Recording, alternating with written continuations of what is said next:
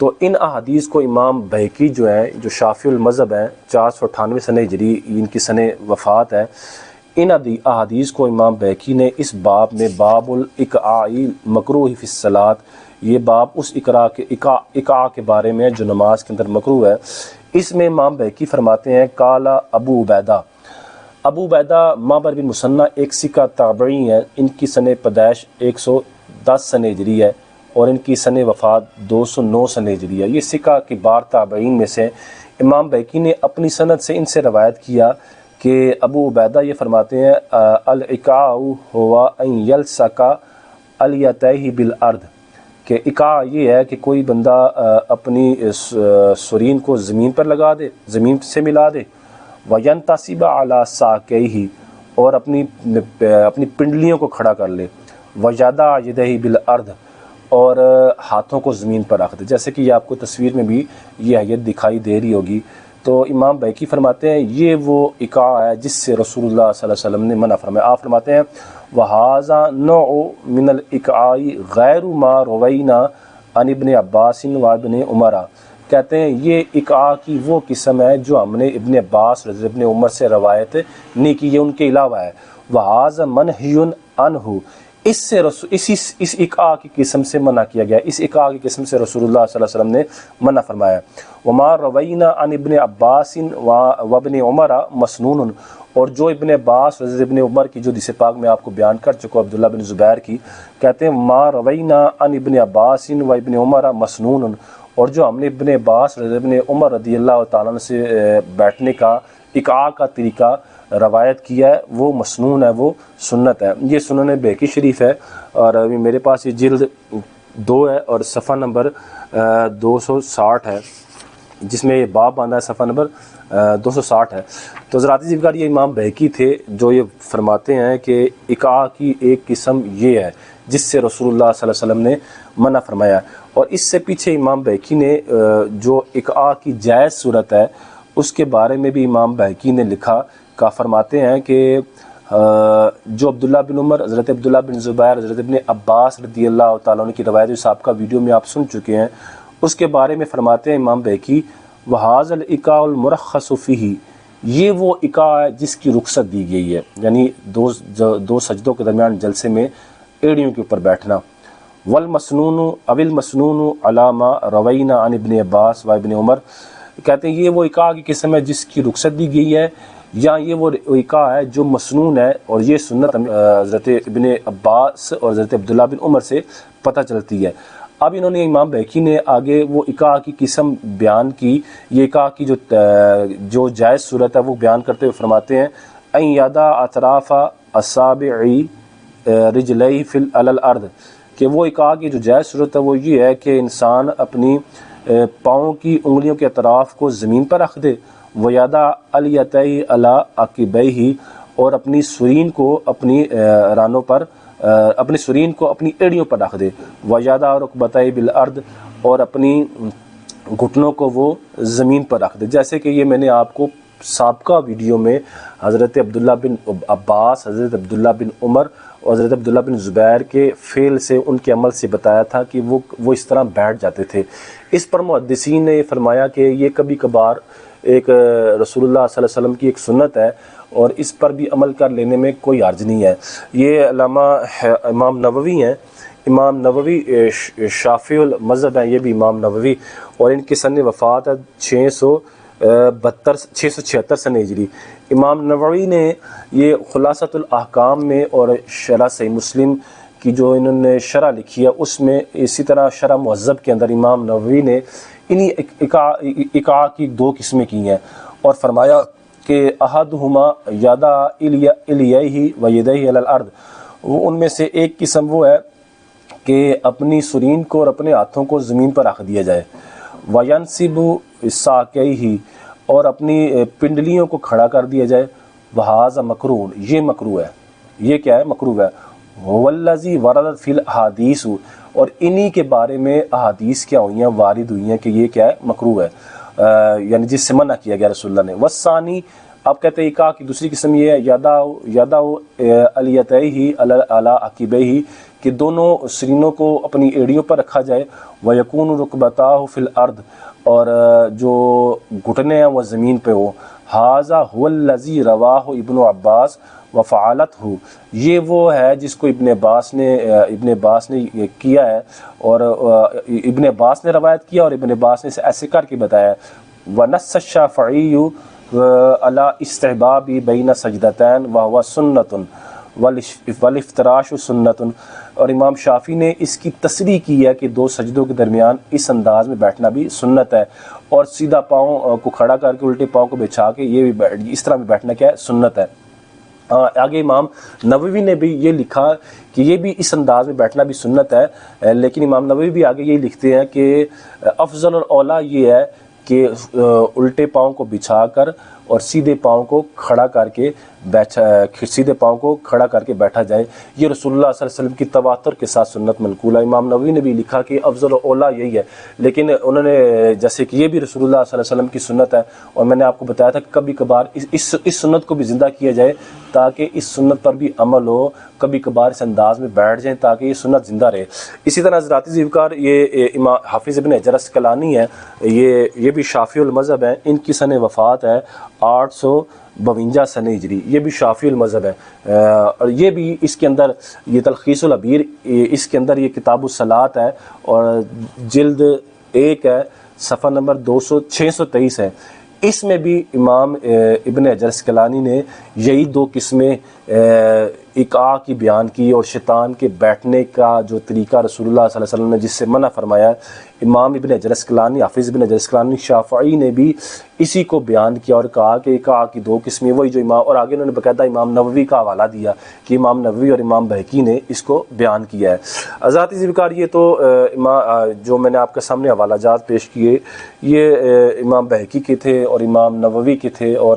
امام ابن حجر اسقلانی کے تھے جو شافعی المذہب تھے، اور انہوں نے یہ مسئلہ بیان کیا۔ اسی طرح حضرات ذیوکار، اگر ہم یہ دیکھتے ہیں کیا نام ہے، یہ ہے بنایا فی شرح الہدایہ، یہ علامہ بدرالدین عینی ہے، ان کی ہے، اور یہ علامہ بدرالدین عینی، ان کی سن وفات 855 سن ہجری ہے۔ علامہ بدرالدین عینی نے یہ ہدایہ کی شرح لکھی ہے، اور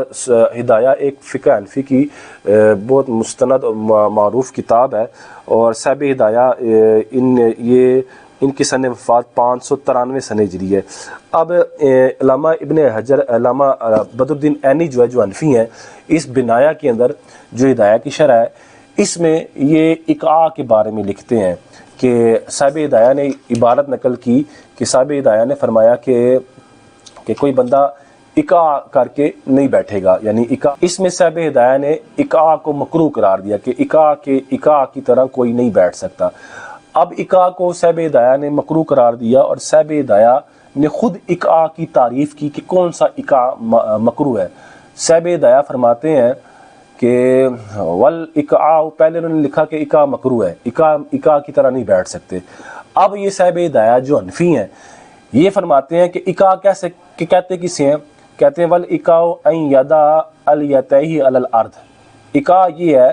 کہ دونوں سرینوں کو زمین پر رکھا جائے، وینصب رکبتیہ نصبا، اور دونوں گھٹنوں کو کھڑا کر دیا جائے، جیسا کہ آپ کو تصویر میں بھی دکھائی دے رہا ہے کہ وہی طریقہ جو امام بہقی نے بیان کیا، وہی طریقہ جو امام نووی نے بیان کیا، وہی طریقہ جو حافظ ابن حجر اسقلانی شافعی نے بیان کیا، یہ تمام شوافے تھے، اور یہ حنفی ہیں علامہ صاحب ہدایہ، یہ بھی وہی طریقہ بیان کر رہے ہیں۔ اور آگے صاحب ہدایہ فرماتے ہیں هو الصحیح، یہی صحیح ہے کہ یہی والا اقعاء کا جو طریقہ ہے جس سے حدیث پاک میں منع کیا گیا ہے۔ اب اس کی شرح میں، یعنی اس کی شرح جو بنایا ہے، علامہ بدرالدین عینی فرماتے ہیں، اب وہ اقعاء کی تعریف کرتے ہیں، کہتے ہیں فی اللغت الصاق الیتین بالارض، لغت میں اقعاء کسے کہتے ہیں کہ الصاق الیتین بالارض، کہ دونوں سرینوں کو زمین کے ساتھ ملا دینا، وناسبہ ساقینی، اور دونوں پنڈلیوں کو کھڑا کر دینا، ووضع یدینا علی الارض، اور دونوں ہاتھوں کو زمین پر رکھ دینا، کما یفعل الکلب، جیسے کہ کتا رکھتا ہے۔ اب آگے صاحب امام طحاوی کے حوالے سے ایک کچھ اختلافی تعریفیں ذکر کرنے کے بعد علامہ بدرالدین عینی نے آگے فرمایا وقال الطحاوی، علامہ عینی نے اپنی اکا کی تعریف کر دی کہ یہ اکا کیا ہے، مکروہ ہے۔ اب امام طحاوی کے والد سے لکھتے ہیں کہ قال الطحاوی الاکاء ان یدع الیتیہ علی الارض وادیا یدیہ علیہا، کہ اکا یہ ہے کہ دونوں سرینوں کو زمین پر رکھا جائے اس حال میں کہ دونوں ہاتھ بھی کیا ہو، زمین پر ہو، وینصب فخذیہ، اور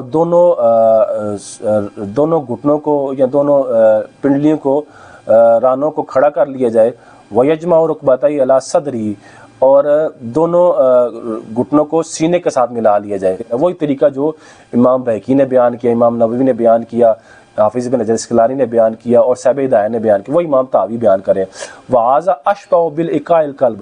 یہ سب سے زیادہ کتے کے بیٹھنے کے مشابہ ہے۔ اب آگے صاحب یہ علامہ بدر الدین عینی فرماتے ہیں وَفِي الْمَبْسُوطِ هُوَ الْمُرَادُ الْفُقَهَاء،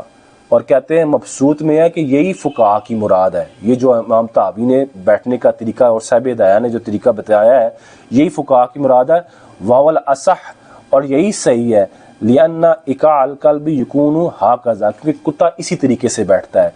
اب حضرات ذیوکار آگے صاحب علامہ بدر الدین عینی جو حنفی ہیں، انہوں نے آگے جو ہے وہ قال قاضی ایاز، جو قاضی ایاز مالکی ہیں، ان کے حوالے سے انہوں نے نقل کیا کہ قاضی ایاز مالکی نے بھی کہا ہے کہ جو طریقہ ابو عبید معمر بن مثنیٰ نے بیان کیا، وہی جس طریقے کو امام بہقی نے بیان کیا اور جس کو ابن حجر اسقلانی، امام شافعی نے بیان کیا اور جس طریقے کو صاحب ہدایہ نے بیان کیا، اسی کو قاضی ایاز مالکی جو ہیں انہوں نے بھی بیان کیا۔ اب صاحب جو علامہ بدر الدین عینی ہیں وہ آگے فرماتے ہیں، آگے اس کی شرح کرتے ہوئے جاتے ہیں، آپ نے اگر صاحب ہدایہ کی عبارت پر غور کیا ہو تو صاحب ہدایہ نے فرمایا تھا، جب اکا کی تعریف کی تھی تو فرمایا تھا هو الصحیح، کہ یہ جو میں نے اکا کی تعریف کی ہے یہی صحیح ہے، یعنی کیا کہ سرین کو زمین پر رکھ دینا اور دونوں گھٹنوں کو، دونوں رانوں کو کھڑا کر دینا۔ اب آگے صاحب ہدایہ نے فرمایا تھا هو الصحیح، یہی صحیح تعریف ہے۔ اس کی شرح کرتے ہوئے علامہ بدر الدین عینی آگے فرماتے ہیں ای الذی ذکرہ فی تفسیر الاکاء هو الصحیح، یعنی جو صاحب ہدایہ یعنی مصنف نے جو اکا کی تفسیر میں ذکر کیا یہی صحیح ہے۔ واحترز به اما قیل الاکاء ان ینصب قدمیہ کما یفعل بالسجود، اور صاحب ہدایہ نے اعتراض کیا ہے یعنی نفی کی ہے اس اکا کی جس کے بارے میں یہ کہا گیا ہے کہ یہ جو رسول اللہ صلی اللہ علیہ وسلم جس اکا سے منع کیا وہ یہ ہے کہ انسان اپنے قدموں کو ینصب قدمیہ، کہ اپنے قدموں کو کھڑا کرے، کما یفعل بالسجود، جیسے کہ سجدے میں کھڑا کرتے ہیں، وَيَضَعُ الیتیہ علی عقبیہ، اور اپنی سرین کو ان کے اوپر رکھ دے۔ صاحب ہدایہ علامہ بدر الدین عینی فرماتے ہیں کہ صاحب ہدایہ نے اس اکا جو حدیث سے یہ ثابت ہے، جو میں نے آپ کو سامنے حدیثیں پڑھی ہیں، اس اکا کا انکار کیا کہ یہ وہ اکا نہیں ہے۔ اکا وہی ہے کہ دونوں سرینوں کو زمین پر رکھنا،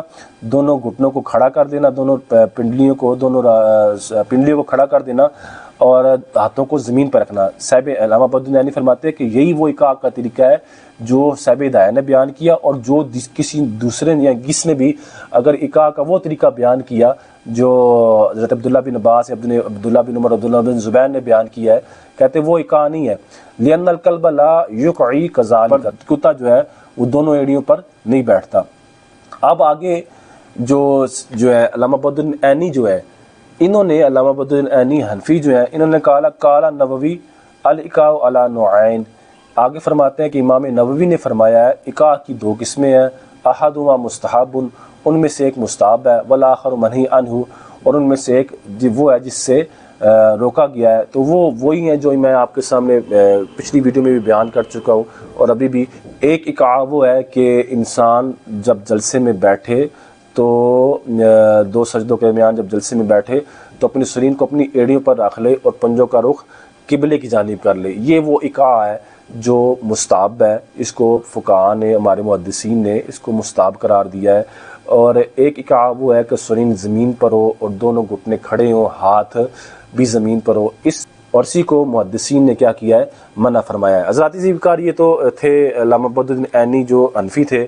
اور اسی طرح حضرات ذیوکار اگر آپ علامہ ابن حمام جو ہیں انہوں نے بھی اسی ہدایہ شریف کی شرح لکھی ہے، فتح القدیر بڑی مشہور و معروف شرح ہے۔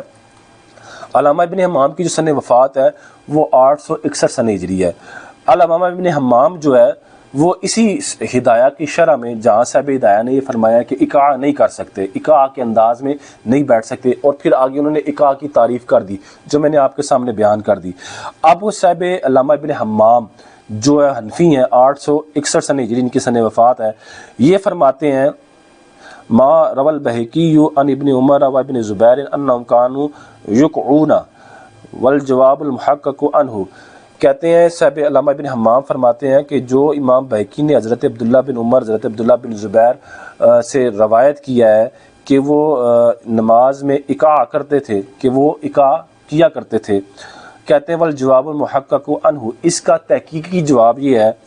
یہ علامہ ابن حمام فرماتے ہیں۔ یہ عبارت میں نے آدھی سابقہ ویڈیو میں بھی پڑھی تھی، اب میں پوری یہ عبارت پڑھ رہا ہوں کیونکہ آدھی عبارت جو تھی اس کا تعلق سابقہ ویڈیو کے ساتھ تھا، اور اب جو اس کی پوری عبارت پڑھ رہا ہوں تاکہ سابقہ ویڈیو کی بھی وضاحت ہو جائے، اور پوری عبارت جو پڑھ رہا ہوں اس میں جو باقی حصہ ہے اس عبارت تعلق آج کی ویڈیو کے ساتھ ہے۔ وہ فرماتے ہیں، علامہ ابن حمام فرماتے ہیں، اس کا تحقیقی جواب یہ ہے ان الاکعاء علی ضربین، اکاع کی دو قسمیں ہیں، احدہما مستحب، ان میں سے ایک مستحب ہے، وہو ان یضع الیتیہ علی عقبیہ، اور وہ یہ ہے کہ اپنی سرین کو اپنی ایڑیوں پر رکھا جائے، ورکبتیہ علی الارض، اور گھٹنوں کو زمین پر رکھا جائے،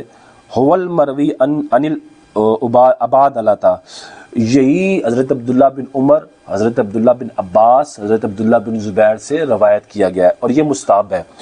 وَالنَّحْيُ أَنْ يَضَعَ الیتیہ وَیدیہ علی الارض وَيَنْصِبَ ساقیہ،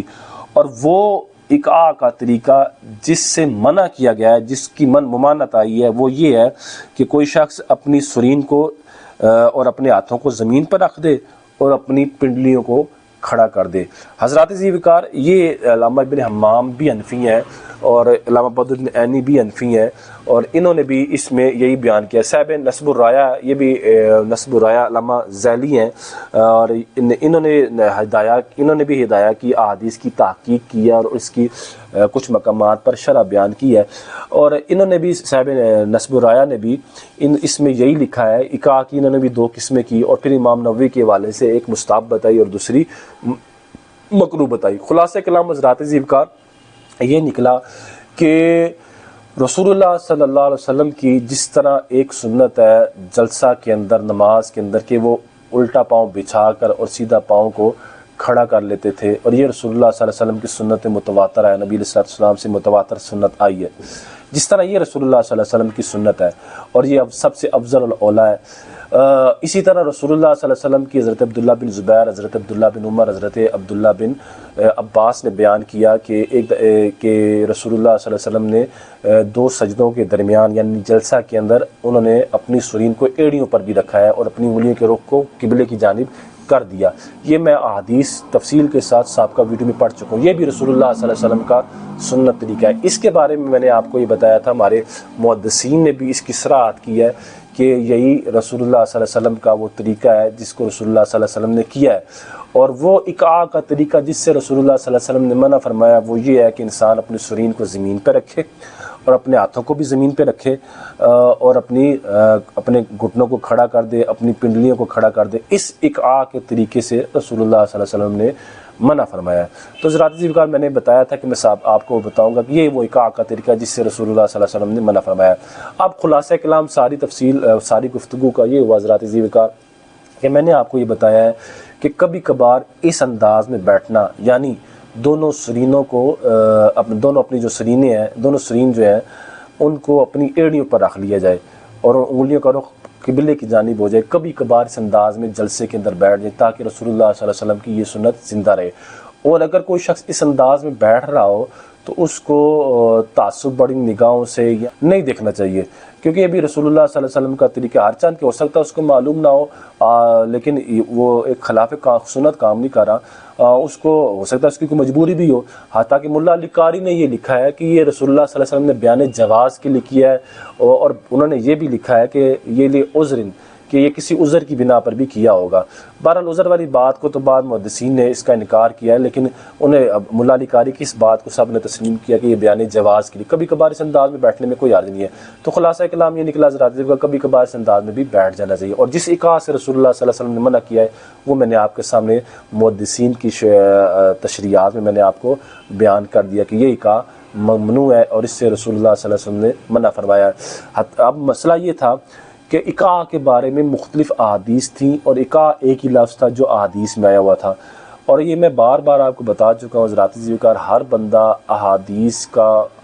کے معنی کو سمجھ کے اور اس سے استدلال کر سکے، یا ہر بندہ احادیث کے معنی کو صحیح طریقے سے سمجھ سکے محدثین کی مدد کے بغیر، تو یہ ممکن نہیں ہے۔ جیسے کہ میں نے یہ آپ کو پہلے بھی بتایا کہ اردو کتابیں آج معاشرے کے اندر عام ہیں، جو احادیث کی اردو تراجم عام ہے، ہر بندہ ترجمہ پڑھ لیتا ہے، اور ترجمہ پڑھنے کے بعد وہ پھر آتا ہے، اور پھر وہ اگر وہ اس ترجمے میں جو اس نے پڑھا ہے، جو عمل اس نے دیکھا ہے، مسجد میں اس عمل کے خلاف کوئی عمل ہو رہا ہو تو وہ اس پر ہم نے دیکھا ہے شدت کرتا ہوا دکھائی دیتا ہے، بعض دفعہ فتویٰ لگاتے ہوئے دکھائی دیتا ہے، اور یہ سب کو پتہ ہے۔ تو میں اصل میں بتانا یہی چاہتا تھا کہ ہر بندہ یہ چیز نہیں سمجھ پاتا، اس لیے ان احادیث کی جو وضاحت ہے میں نے محدثین کی تشریحات میں آپ کو بیان کر دی کہ ایک اکاع وہ ہے جس کو رسول اللہ صلی اللہ علیہ وسلم نے منع کیا ہے، اور ایک اکاع وہ ہے جس کی رسول اللہ صلی اللہ علیہ وسلم نے اجازت دی ہے، اور وہ محدثین نے اس کی کتابوں میں وضاحت کی ہوئی ہے۔ اور جو اردو کتابیں ان میں ہر چند کی ایسی وضاحت نہیں مل پاتی، تو امید ہے کہ آپ کو یہ مسئلہ سمجھ میں آ گیا ہوگا، اور جب آپ کو یہ مسئلہ سمجھ میں آ گیا ہے، حضرات ذوالفقار مقصود نہ کسی پر تنقید کرنا ہوتا ہے اور نہ ہی مقصود کسی کو ٹارچر کرنا ہوتا ہے، مقصود اصل میں رسول اللہ صلی اللہ علیہ وسلم کا جو اصل دین ہے وہ امت تک پہنچانا ہے، اور یہی اخلاص ہے۔